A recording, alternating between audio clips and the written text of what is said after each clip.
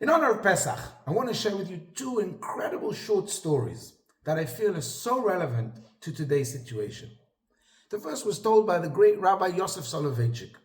He personally testified that he heard it from a credible source. And he said, in the fall of 1973, before the start of Yom Kippur War, Nicola Ceausescu visited the Egyptian Prime Minister Anwar Sadat, and he warned him not to wage war against the Jewish people. He pointed out that the Israeli army was far superior than the Egyptian one. Sadat acknowledged the fact, and he said that the reason that nonetheless he will still start the war is because of a picture that he saw on the front page of the Maariv newspaper. He handed that newspaper to Ceausescu. Ceausescu looked and saw a picture of a young man in uniform. "What are you showing me?" he asked. "Do you know who this young man was?" asked Sadat. "He was a soldier who was killed." And the article talks about the fact that the entire country of Israel mourned this young boy. Sadat continued, "A nation like this cannot survive a war of attrition for long. If every individual is so dear to them, they will ultimately lose the war, no matter how superior their weapons are, because a nation like this cannot survive in the Middle East." Well, first thing is, it turns out that the Arabs in the Middle East think the same, because Hamas thought the same on the 7th of October too. But secondly, and most importantly, Sadat and Hamas could not have been more wrong, because the very virtue that Sadat criticized is Israel's strength. It is because the Jewish people value each and every citizen that it's motivated to fight and protect every life. The second story was told by Rabbi Yonah Emanuel, the late editor of Ha'Ma'ayan newspaper. At his grandson's bris, he told his story, and he said that he'd never shared this before, not to anyone, not to his wife, his kids. And he said like this: 40 years ago, it was Pesach 1945 in Bergen-Belsen. He was a 19-year-old imprisoned mate. His father had died. His older and younger siblings had died.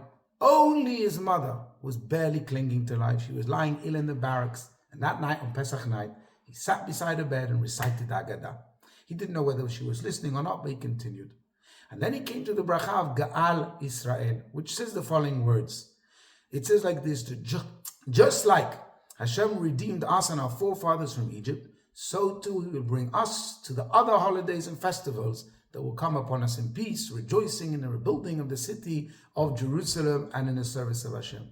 He says he stopped. He couldn't continue saying these words. He didn't believe in them. He thought to himself, anyone here in Bergen-Belsen will live to see other holidays and festivals? Will anyone here see the holy city of Jerusalem? Can anyone even expect to be happy again? He burst out crying and stopped saying the Haggadah. And shortly after, his mother passed away. But now he says at the Brit, 40 years later, he said, if only I could have imagined that I would live to see the land of Israel. If only I could have imagined that I would eventually live in the Jewish homeland, marry and have children of my own. If only I could imagine that 40 years later, I would be the sandak at my grandson's bris in Yerushalayim. He paused and cried bitterly. If I could only have imagined any of that, I would have been able to finish the Haggadah that night.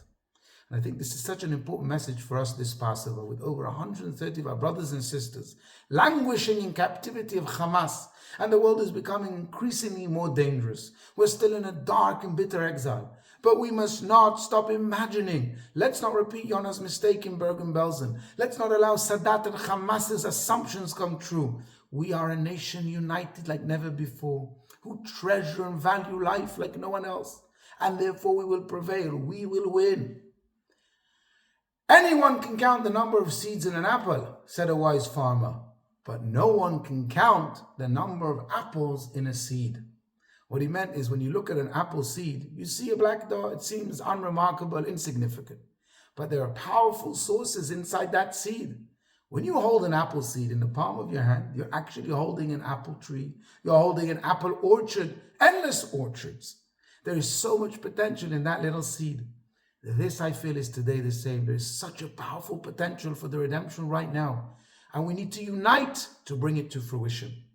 I'll conclude with an anecdote that the Medrash tells us about Rabbi Eliezer, Rabbi Yeshua, and Rabbi Gamliel, who traveled to Rome to plead the cause of their people. The Caesar gave them a grim message. Within 30 days from now, there will not remain even one Jew in the world. As for now, 23,000 times 30 days have passed, and the splendor of ancient Rome has long vanished. Indeed, Caesar is a salad, but the Jews, we live on. So therefore, my friends, let's celebrate Passover knowing that just as the ancient tyrants from Pharaoh to Caesar failed, so too will their modern successors, Hamas and Iran, fail. And just as we saw their amazing miracles just over a week ago, when 300 missiles from Iran didn't reach their targets, so too let us ask God to bless and protect Israel and the Jewish people everywhere in the world, so that we can read the Haggadah in a few days on Seder night and announce with tremendous kavanah, Lefichach anachnu chayavim. Therefore we are obligated to thank and praise Hashem for the miracles He has done to our ancestors and to us, who took us from slavery to freedom, from agony to joy, from darkness to great light. May He once again, as He did then, take us from servitude to redemption with the coming of Mashiach now. Shabbat Shalom and Happy Pesach.